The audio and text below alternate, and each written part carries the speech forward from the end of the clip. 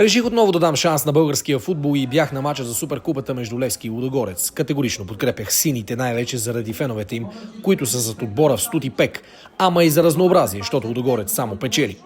Въпреки арктическия студ, или поне за моето зиморничево тяло градусите около нулата са полярни, се бяха събрали 15 на хиляди, 98% от които фенове на Левски. Не влязох при журналистите, както обикновено, отидох при привържениците на Левски, за да се стопля малко от тяхната енергия, а и за да си припомня какво беше да си сред лудите футболни глави. Жалко, че не вкараха гол, щеше да бъде забавно. Първото полувреме не ме впечатли, макар че Левски стоя добре и честно казано заслужаваше да вкара, но не го направи. Треньорът Дон Хулио Веласки заслужава потупване по рамото и една сангрия.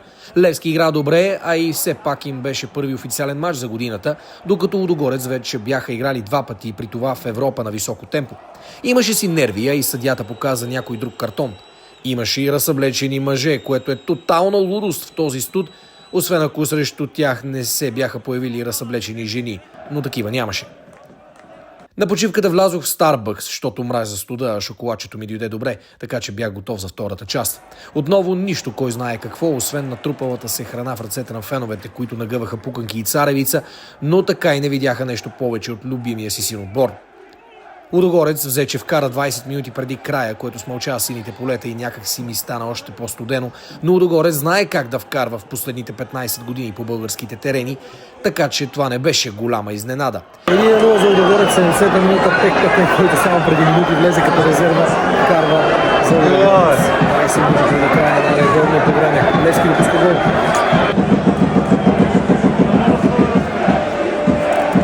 Все пак браво на феновете на Левски, че не спряха да подкрепят своите до край. Даже опитаха да ги дигнат, за да могат да направят обрат, но победата за Левски си остана само по трибуните.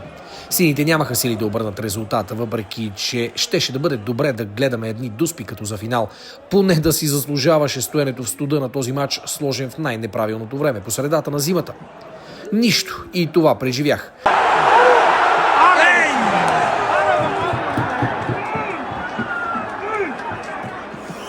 Левски бе близо 89-та минута. Дали ще могат да изравнят? Надявам се на по-оригинални продукции до края на сезона, а този със сигурност ще е интересен. В началото на пролета Левски има предина от 7 точки пред ЦСКА 1948 и Лудогорец преди втората половина на българския футболен елит, което си е космически аванс с оглед на последното десетилетие в българския футбол, в което Лудогорец си размахва спокойно орловите крила с апломб пред нереагиращите грандове на българския футбол. Това са реалностите в българския футбол. Пред изключително малко фенове, един автобус хора, Лудогорец се зарадва на Суперкупата на България, докато Левски пред 15 000, над 15 000 поне според мен, не успя да зарадва огромната маса фенове по трибуните на националния стадион Васил Левски да спечели Суперкупата и да им тръгне така хубаво по вода за пролетния полусезон, където разбира се голямата цел е шампионската титла. Две идентични поне според мен по времена в тактическо отношение. Първото бе за Левски, второто за Лудогорец. Първото Левски пресираше, беше агресивен, създаваше положение. Не, че през второто нямаше, просто чисто позиционно стоеше много по-добре в първата част.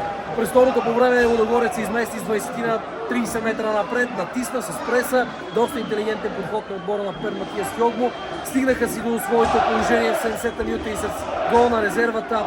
Те успяха да си вземат Суперкупата на България. Левски остава с 3, Лудогорец вече с 9, така или иначе са лидери по този показател за тази престижна купа, защото тя, освен престиж, нищо кой знае колко много не носи.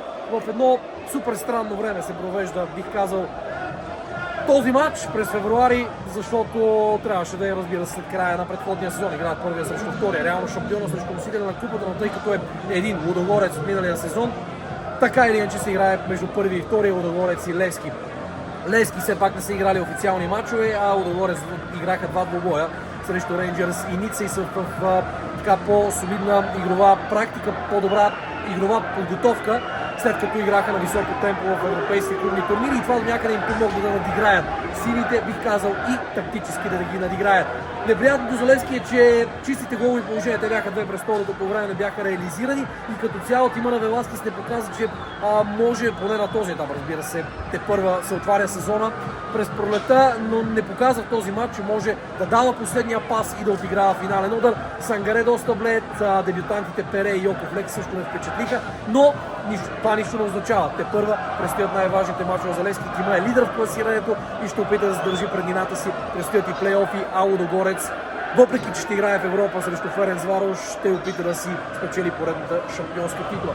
От този студ и мраз на границата на 0 градуса, 15 000, около 15 000 повечето сини фенове не успяха да видят синя титла, синя купа и да се зарадват началото на футболната година у нас. Мач, който откри пролетта в футболна България. Лудогорец спечели Суперкупата на страната.